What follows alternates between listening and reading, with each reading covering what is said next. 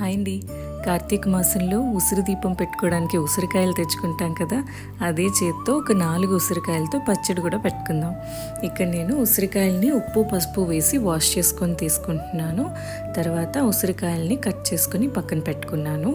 ఉసిరికాయల్లో vitamin C చాలా ఎక్కువ ఉంటుందండి. అలాగే యాంటీ ఆక్సిడెంట్స్ ఉంటాయి, యాంటీ ఇన్ఫ్లమేటరీ ప్రాపర్టీస్ కూడా ఉంటాయి.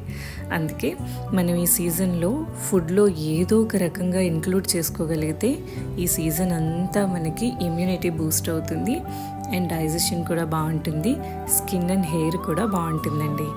ఇక్కడ నేను పోపులు వేయించుకున్న తర్వాత పప్పులు కూడా వేయించుకొని కావలసిన స్పైస్ లెవెల్స్ని బట్టి మిర్చి వేసుకొని ఉసిరికాయలు కొంచెం మగ్గే వరకు వేయించుకొని తర్వాత గ్రైండ్ చేసుకున్నాను.